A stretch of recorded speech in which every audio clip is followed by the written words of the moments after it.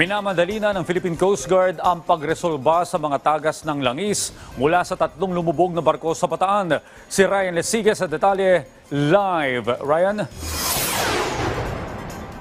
Audrey, pinapaspasan na nga ng mga tauhan ng Philippine Coast Guard at ng iba't ibang salvor team yung paghigop ng langis doon sa isang barko na lumubog dyan sa may bahagi ng Limay, Bataan na MTKR Terra Nova.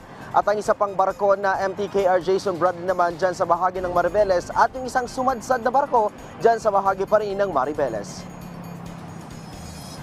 Tuloy ang isinasagawang paghigop ng Philippine Coast Guard kasama ang Salvor Company sa langis mula sa lumubog na MTKR Terra Nova.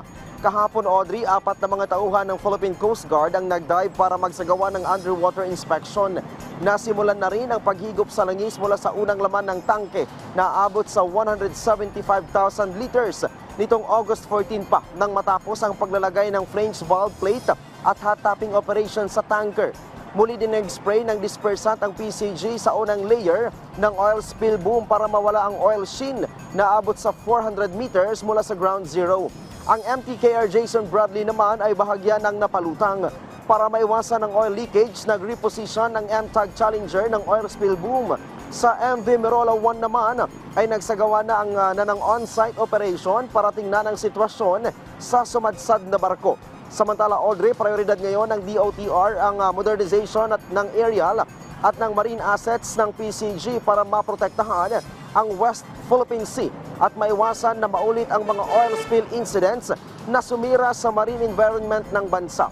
Sabi nga ni Transportation Secretary Jaime Bautista, kinakailangan na ma-assess ng PCG ang kanilang existing resources para masukat ang kanilang capability at strategize para maisagawa ang kanilang mga mandato. Binigyan din ni Bautista, Audrey, na dapat automatic at mabilis ang pag-activate ng kanilang emergency plans para maiwasan ang kahit anong maritime disaster. Samantala, Audrey, sa mga oras na to, tingnan natin yung sitwasyon na lagay ng trapiko dito sa bahagi ng may Quezon City Circle, maging dito sa may bahagi ng Commonwealth Avenue. Sa ngayon, Audrey, sa nakikita nyo sa inyong mga screen ay halos bumper to bumper yung sitwasyon dito. Magkabila ang lane yan, Audrey, ay talagang mabigat na yung daloy ng trapiko.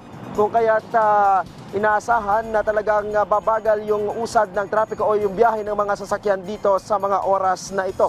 Kaya paalala sa ating mga kababayan na palis pa lang sa kanilang mga bahay at yung kasalukuyang naiipid dyan ngayon, abay, magbaon na po ng mahabang pasensya. Audrey. Maraming salamat, Ryan Lesigue.